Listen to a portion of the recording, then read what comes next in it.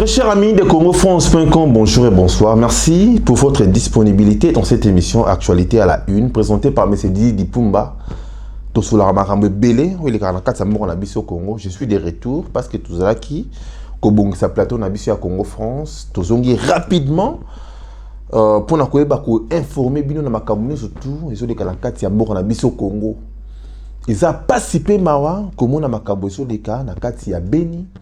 Affrontement makasi entre FARDC na ADF Ndalu oya Museveni. Combien de personnes bakoufi, combien de blessés, pourquoi kaka na RDC batu baso kufa na bajar oyo kaka ya Masasi.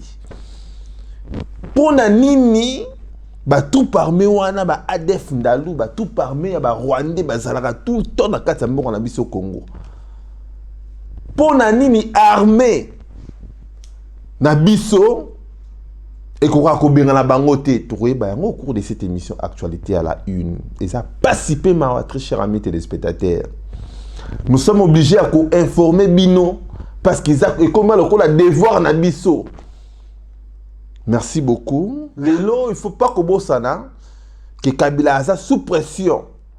Bazo tiaye pression moko incroyable. Tokoye bayango pression ngo zanini.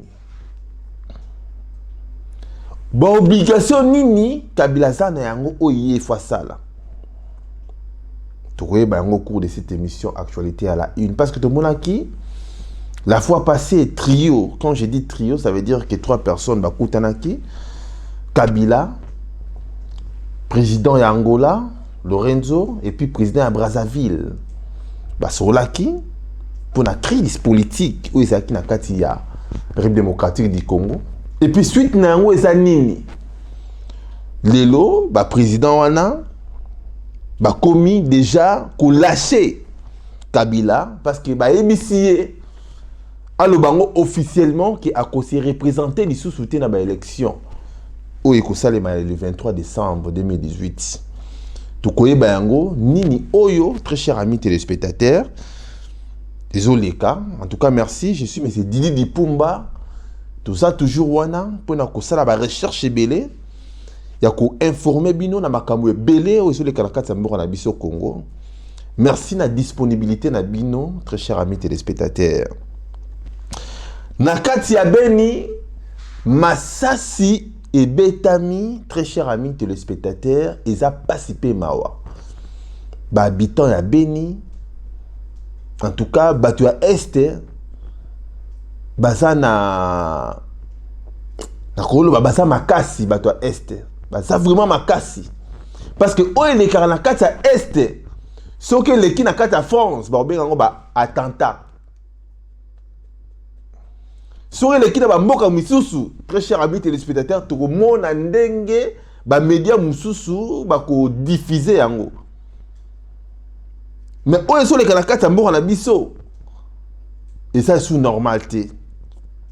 Et comme il complot moko ya makasi, très chers amis téléspectateurs, et comme il complot moko ya makasi, depuis AFDEL, na 1997, et quand on a kati mboka na biso Congo, les lomboka est comme la guerre moko incroyable. Les gens croyaient que ceux qui va chasser Mobutu, que les Congolais va retrouver bonheur. Or, c'était faux, très chers amis. Les lobes congolais baza pur, pauvre. Natango ya kala même les gens mangeaient, bande kolia bien. Mais le lot au Congo pour manger comme il a faire moko ya nim pour lia même soso lia bien et comme il a faire moko ya on dirait une zambe donc il faut prier. Ce n'est plus normal très chers amis téléspectateurs. Ce n'est plus normal. Le lot affrontement makasi tout le monde qui la fois passé même moi Didi Dipumba le bela kiango que ba bibembe zo uta na Rwanda bibembe ya basoda congolais zo uta na Rwanda bazo ki ne kozongisa ngo na Congo gouvernement illégal et le gars te loko moko te et so peut sa faute na basoda wana mais armée où ils ont infiltré, très chers amis téléspectateurs, et Kolonga et Bitumbata, armée congolaise où ils sont infiltrés, armée nabiso ils sont infiltrés. Comment bolingi armée on est long à bitumba? Bah affaiblir armée. Parce que bah Rwandais, bah étrangers, bah ça m'a casse na casse ya armée, très cher ami téléspectateurs. Bah tiens bah kondi, na iba bah kondi, bah supérieur, na ya armée wana, bah étranger. Na mboka nini bomona ngo funa makambo boye salema. Et ça les m'a raté, très cher ami. Lelo batu bakufi ebele. Selon rapport, il y a gouvernement qui a juste c'est un civil Moutakouf et puis il y a un blessé ou il y a juste soldat mort comme a eu ma blessure. Or c'est faux. C'est la population qui souffre. C'est la population qui va choc. Les lots bakoufi bien la carte beni très cher ami téléspectateur. Bakba le bela yangote. Tosi ba contact na bato beni ba ebisi biso dili di pumba. Ba je oyo e banda kala. Pona koya ko distraire ba peuple congolais. Pona koyiba ba minéraux, il faut qu'on se mette trouble moko. Et surtout pona ko organiser ba élection très cher ami téléspectateur, c'est ce qu'il faut faire. Il y a monde bango ba osala. Il y a qu'on se met terreur, il y a qu'on se met trouble. Pour une élection crédible et sélimaté. Mais le la moutu à Congolais zanini. Problème Kabila. C'est ça la moutu à Congolais. Mais Kabila ne veut pas partir. Il veut rester pour du bon. Ils ont créé un mécanisme belé pour Natikala. Selon le rapport belé, il y a une chose très chère à mes téléspectateurs. En tout cas, l'affrontement wana, ndenge tomoni yango publié officiellement que Isa est mort. C'est un civil et puis un blessé. Mais selon la recherche tout ça, le bisiso qui est, koufi bien na kata beni, ou ils ont ça là toujours passé, très cher ami. En tout cas, ils ont ça là passé. Parce que ma cambozo les Cana Congo, ils ont c'est un Congolais surtout très cher ami téléspectateurs, à ça la informer, à ça la éveiller. Azala éveillé, très cher ami téléspectateur. Batebele, bazomo na kaka isa ba aventure. To loba ki yango na kati ya Ituri. Bomona ki commence que batu ba kimaki Ituri ba kinaki même Burundi. To mona ki yango très cher ami téléspectateur. Balongi na Ituri te. To moni même Paul Kagame alobi okende Ituri. Basangani na Museveni. Boebi Ituri ça quelques kilomètres na Burundi. Très cher ami téléspectateur. Batouana bazo créer crise moko na kati ya moko na biso Congo.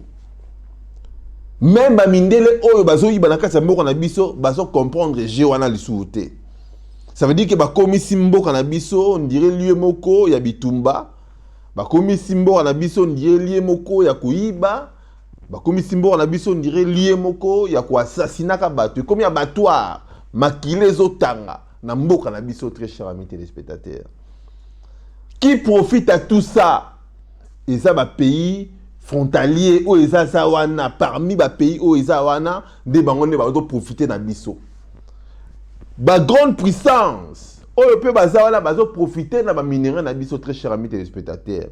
Et voilà ba pays wana, ce sont des pays où baza ba commissionnaires, bazo lié pe ba pourcentage na bango pour na kotia mort na biso dans le chaos.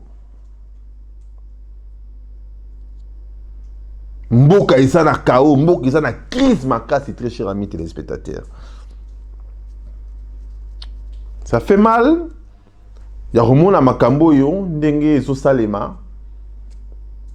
Dans le yango, armée mon côté et que kolonga, ce qui est ça infiltré. Armée mon côté et que kolonga, ce qui est ça infiltré. Même ba mikonzi, na katia armée congolaise, ba mikonzi wana o batia bango mikonzi. Ce sont des étrangers. Ceux qui par exemple FARDC ces bunda, na ba ADF wana, ba kia Burundi wana. Batu ya ba Uganda wana. Soki baso bunda. bazo beta na masasi bazo s'affronter tellement que armée s'est infiltrée ba Burundi ba na kati ba olingate armée congolaise et beta ba ADF wana c'est clair ba ordre zo uta musika et zo savons que ba reculer problème auto tikali na yango et ça que ba soldat na biso bazwa conscience ba soldat ba militaire ba policier ba militaire ba to FARDC la police bazwa conscience ba ba que etikali kaka bango une fois ce qui armée est lâché Kabila très cher ami téléspectateurs armée pour soutenir population. Mais ceux qui armés et bien qu'ils sont conscients que ne bazawana bazo bon bande ko na bino boso tala armée wana et sa complice. Il faut qu'on le bela likambo très cher ami téléspectateurs. Tout ce monde est en karaboye mais boye ba que bateau yo bazo jouer ba rôle makasi wana c'est l'armée. Banani bazo réprimer ba marche. Et ça armé. Malgré que baza bato M23 peut ba ya qui très cher ami téléspectateurs pour la rotia mobulu na kata ko seme trouble na kata mboka na biso par rapport à ko réprimera ba marche ko bomara ba même ba aussi ba kei ba intellectuel bazo kende. C'est parce que l'armée est sur conscience té. Tout le monde qui yango na Zimbabwe na Tanzanie Zimbabwe. Tout le monde qui yango armée mutezo qui relais. Armée boy ko beta masas na population. Armée na biso zo conscience, très cher ami téléspectateurs. Armée zo conscience. Bat o bozo boma et ça ba congolais. Il faut boyer ba pe que armée wana et que ko zo conscience. Bien té na bi ke ba congolais mutu o ba na kata armée wana ba conscience mais ba rwandais ba conscience c'était parce que ba émission. Ba émission très cher ami téléspectateurs. En tout cas merci beaucoup, merci. Et ça la passe na makambo sur les kanaka na kata mbo na biso Congo. Nous sommes obligés ya ko lobela yango, nous sommes obligés ya ko informer bino sur la situation actuelle où est sur les kanaka mbo na biso Congo. Lelo Kabila a un sérieux problème, très cher ami téléspectateurs. Depuis 2001 au pouvoir, bilan 0. Bah, PCA chance, na 5 ans, très cher ami. 5 ans PCA chance, 1 an. Pour organiser l'élection. Bah, organiser l'élection. Accord, il y a Saint-Sylvestre. Oh ba signaki ba bafoué yango. C'est ça très cher ami téléspectateurs. Malgré Tomoni Sassou Nguesso aye Tomoni président Angola aye ba kutena Kabila ba ebisi Kabila boui ba lobby. Les cas na médias le bango officiellement pour calmer tension ya batu. Le bango officiellement que nako se représenter les sous-souté na élection au ya 2018. Nako organiser ba élection crédible pour na et apaiser batu. Kabila a boyi yango catégoriquement. A refusé à boyi yango catégoriquement. À lobby, que non, loi ils ont permis de traiter, ou bien la constitution ils ont permis de traiter, que le président Aleka, Aloba, ndenge bino brosinga wana. Et ça dit que, bah pays frontalier, né si tout le monde présent si à Sassou, tout le monde présent si à président Angola, bango peut réagir, ba sepelité. Parce que balobi to kutanaki pour na tocha kimia. Mais c'est comme si Kabila yonde ou luka kimia wana te. Parce que la République démocratique du Congo. République démocratique du Congo, c'est un pays qui est au centre de l'Afrique. C'est comme si c'est le cœur de l'Afrique. Ce qui les laisse blessir, les choc. Et ça continue mobimba, très cher ami téléspectateur, il soit choc. Tout le monde y a même Sadek et réagir, très cher ami téléspectateur. Bah comprendre que problème c'est à ba Congolais té. Problème c'est il y a ba dirigeants congolais. Bah ça la force na bango face à la population congolaise, très cher ami.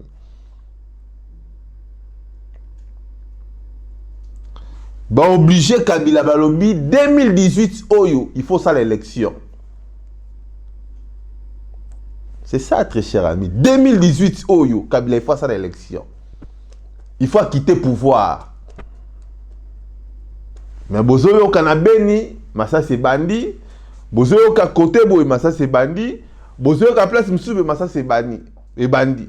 Bozo comprendre que système ya kamwina nsapu.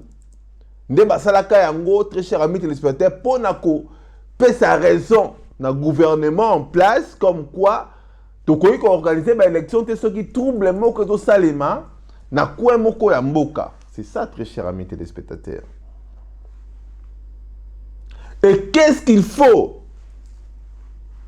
Congolais à ça là? Qu'est-ce qu'il faut très cher ami téléspectateur? Congolais ont information oyo. L'anaka information mboka na yo. Zala éveillé, zala vigilant. Zala iloba moko, zala repère moko. Tomoni yango. Batu ya Kabili, comment est-ce que bazo jouer na actualité? Comment est-ce que bazo semer distraction? Tomoni makama Moïse Katumbi nationalité, tomoni makama Eliezer. Et ça nyo soana pona ko distraire population très cher ami téléspectateurs. Congolais a besoin de distraction en athée. Congolais a besoin de Kabila à quitter le pouvoir. C'est ça, très cher ami téléspectateur. Congolais a une position moko. Kabila quitter le pouvoir. Rwandais, bolongwa boke na mboka na bino. C'est ça, très cher ami téléspectateur. Congolais a périté. Congolais a éveillé. Mais azo vivre la carte ya prison moko est fermée. Et que prison moko est ouvert. En tout cas, merci beaucoup très cher ami téléspectateurs. Bozaki belé.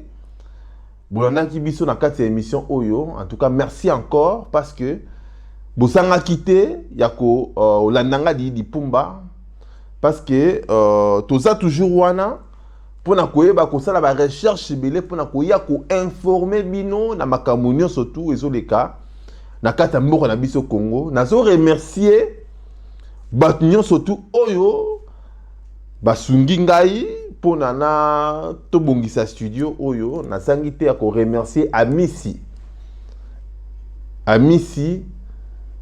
Gaz na gaz, Impresse à Lyon, gaz na gaz. En tout cas, merci beaucoup, mon frère Amisi. En tout cas, au porter soutien à Makassi par rapport à arrangement, il y a studio, nabisi à congofrance.com, sans oublier Chimchimanga, Mokonza Baluba, Oazalaki Nabiso. Merci beaucoup à Rodrigue. Merci à ma partenaire Nabiso, surtout Happy Box TV, Oazalaki Nabiso. En tout cas, merci Nabino, surtout Oyo. Bochaki biso dans la prière, Oyo bochaki bo informara toujours. Ngai me se dit di Pumba, ya koyeba kusala na moi ba stratégie belé, surtout pour la sécurité na biso, ya batu Oyo tozo pesa ma information pour la mboka. Merci beaucoup, bozala bien. Toyebi ke prochainement tokozonga lisusu pour na koyeba ko pesa bino ma information Oyo surtout et sur les kanakati ya na biso Congo. Merci encore à Missy Imprince à Lyon. Gaz na gaz, oya zangité, na ko soutenir biso, ça fait vraiment plaisir. Merci à Gif Noir depuis Paris. Merci à mi José Larenne. Merci na bat surtout oya congofrance.com o bazo zangate ya kozalaka toujours ko assistara biso et ça la plaisir. Ya ko mona bino en tout cas to zongi vraiment avec force pour na ko pesa bino ba information surtout. Ou sur les canaux Congo. Merci, restez branchés. Au revoir, à plus.